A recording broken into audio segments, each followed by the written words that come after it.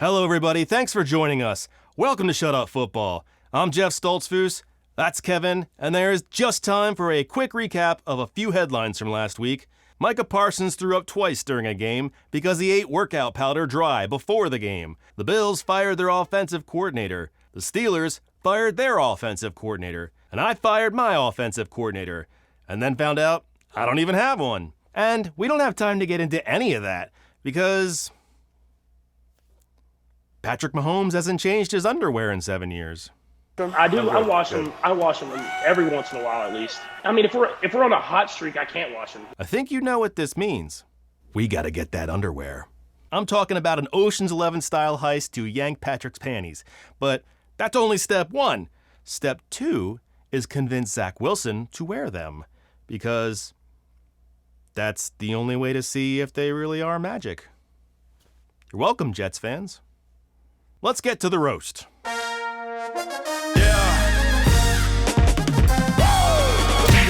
Zay Flowers picked up a first down after a defender was unintentionally pancaked, which sounds like an Aunt Jemima biopic directed by Wes Anderson.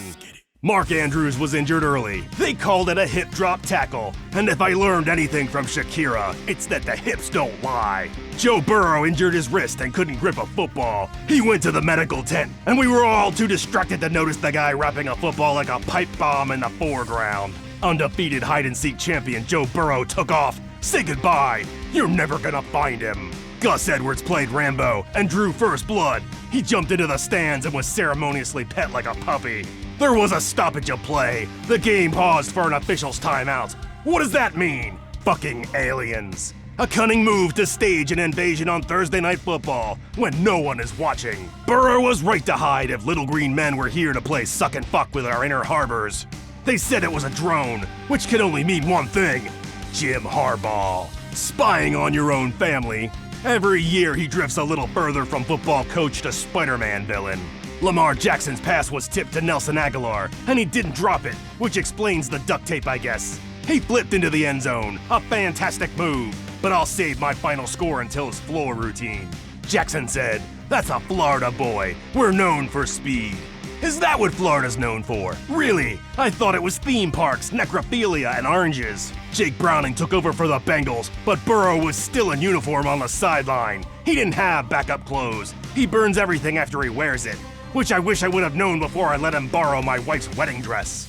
Lamar Jackson had a tiny blanket on his ankle. Sometimes, you just gotta pamper yourself. Zach Taylor didn't get one, and his tiny ankles were furious. OBJ had a big gain, but Logan Wilson pounced on him like a hangry cheetah. He got up gimpy, and reporters questioned if linebacker Logan Wilson is a dirty player. The answer is no. He's just a skilled hunter. Be thankful he doesn't drag him off the field by his teeth and mount them on his wall. Without Joe Burrow, there was little threat of a comeback. Michaels and Herbstreit got bored and started listing everybody they've ever heard of. Jackson is now back with Gus Edwards, Keaton Mitchell, Odell Beckham, Zay Flowers, Nelson Aguilar, John Monken, Kyle Van Noy, Jadeveon Clowney, James Houston, Greg Roman, Kirby Smart. The Steelers called a timeout 30 seconds into the game, and I get it. Sometimes I need a timeout 30 seconds in too. Dorian Thompson-Robinson, pick a name. Myles Garrett tattooed his likeness on Kenny Pickett's eyelids. Good luck going to sleep or blinking. Jalen Warren broke off a 74-yard touchdown run. He's been their best offensive weapon this year, and it's perplexing why they won't admit it. Myles Garrett showed us what a moose looks like. That's right, big guy, they sure do. The crowd was chanting DTR, which I assume stands for Down to Research. I love a good study. The Browns have won games with PJ Walker, DTR, and Watson, proving it doesn't matter who the quarterback is. Fantastic news if they could get that $230 million back. No, they can't? That's a shame. Mike McDaniel looks like a chill DJ or a sketchy pilot. Fresh off the IR, here comes DeVon Achane. And there goes DeVon Achane. Tyreek Hill snagged a pass out of the sky and took it for 6.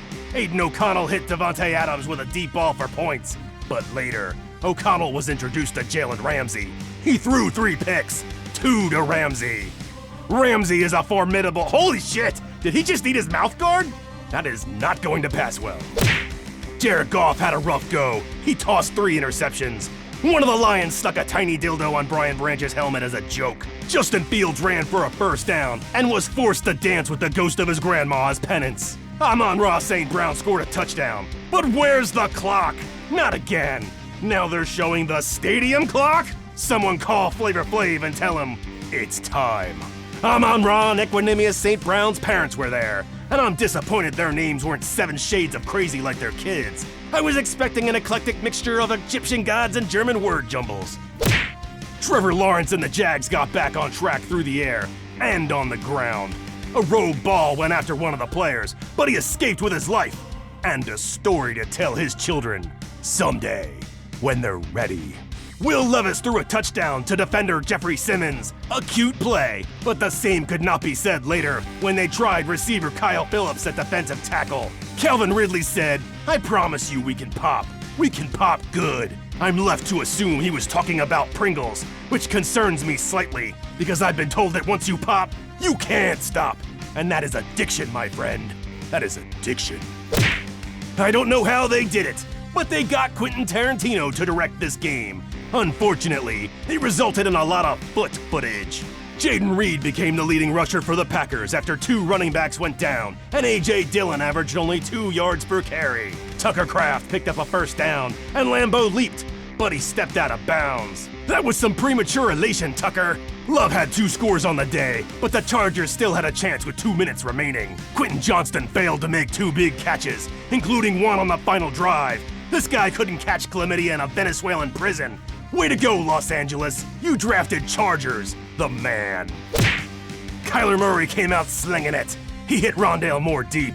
Dalton Schultz slid backwards into the end zone, and then right out of the stadium. No one knows to this day where he went or when he'll return. We just wish him the best wherever he is, our forever sliding Schultz. Singletary had another huge run up the middle for a score. C.J. Stroud was intercepted, and Coach Ryans began a ruthless punching spree. That's what I keep telling my wife, too. I don't think people appreciate how accurate C.J. Stroud is. He hit Tank Dell, who has the catch radius of a take-a-penny tray at the gas station. On the run, 55 yards downfield for a touchdown. Which makes me very suspicious he can't reach his reading goals for the month. You should be on chapter 12 of Turtles All the Way Down by now. Why join a book club if you won't do the reading, C.J.?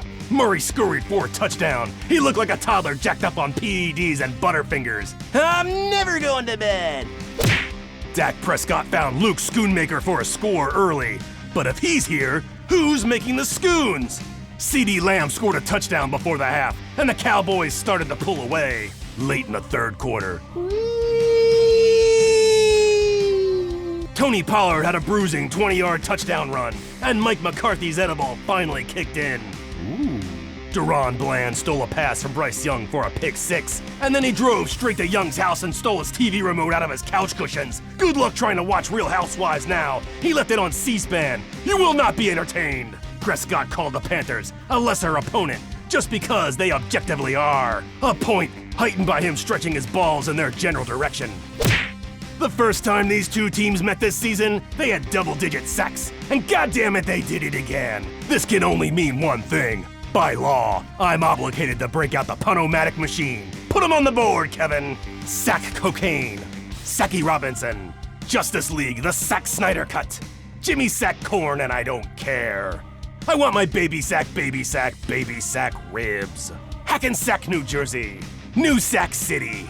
The Hunch Sack of Notre Dame. Sack Hawk Down. Sister Sack 2. Sack in the Habit. There is no sacks in the Champagne Room. None. The Empire Strikes Sack.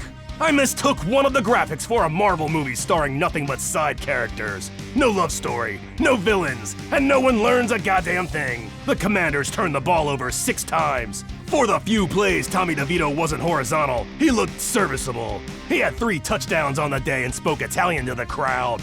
After the game, the Commanders' facility didn't have any hot water for the players to shower. You gotta hand it to Washington. They can make a condemned Ramada Inn feel like an upgrade. Brock Purdy threw for 333 yards and had 3 touchdowns to 3 different receivers. Then, he went home and had a menage a trois with Tres Leches. McCaffrey called him a baller, and I have to agree because I love cake. What do you think happened in this game? Ayuk, Kittle, and McCaffrey scored touchdowns? Baker Mayfield fumbled after Nick Bosa danced on his head and threw a pick at some point? Yeah, man, all of that. The NFL scriptwriters were on autopilot for this one. Maybe it's time to spike their coffee with whiskey, or whiskey with coffee. Or maybe just throw a skunk and a flashbang grenade in there with them and lock the door. The creative process is a mysterious beast. Josh Allen threw a Hail Mary 60 yards into 40-mile-an-hour winds, which sounds like a tall tale we'll tell our kids someday. Joshua Allen once threw a full-grown bull mastiff 80 yards into 70-mile-an-hour winds with 2 scoops of ice cream in his pocket. And that's how the Bills won the presidency. After weeks of enduring Zach Wilson, Coach Saleh finally took him out, literally. Tim Boyle took over and threw his very best interception. Meanwhile, on the sideline, the Wilsons practiced their upcoming rap album. I like that, and then I come in with Wiggles and pickles and tater tots. I mean, something like that. We were treated the Romo Vision, which I thought was a couch during the playoffs. Little Tony's excited too. Matthew Stafford was back, and Puka Nacua was reaping the benefits. That guy is my son. Nope. Devin Witherspoon suplexed a guy. He appeared to be working through some stuff. Chew, chew, chew. Bubblegum is my only friend. Geno Smith came back from injury and gave Myers a chance at a long-distance field goal. Not today, Seahawks. Dobbs got into some trouble early, but he found Josh Oliver for a score. Sean Payton practiced smiling, and I will be forever haunted by it. Oh God! The Vikings faked a punt, and Ty Chandler picked up the first down. Hilarious prankster Jerry Jeudy faked passes on the field and farted into the Vikings' oxygen supply. Russell Wilson hit Cortland Sutton for a touchdown, and there would be no Dobbs comeback this week. Broncos continue to fail up. The rain cried down as a grown man beat off a crowd of thousands, chanting like Native Americans mere days before a holiday that celebrated their genocide with cranberry sauce. That is some sitting bullshit.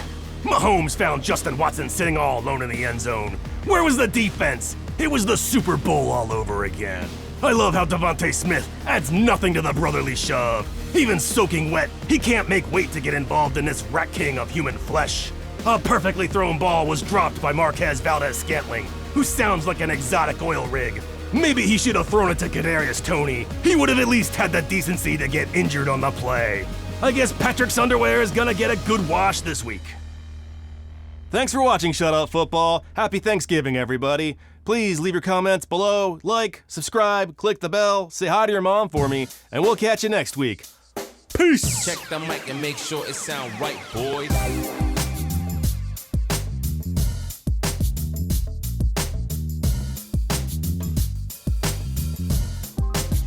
It sound right, boy. Hello, everybody. Thanks for joining us. Welcome to Shut Up Football. I'm just Stoltzfus. What the hell am I pointing at? Nothing's happening yet.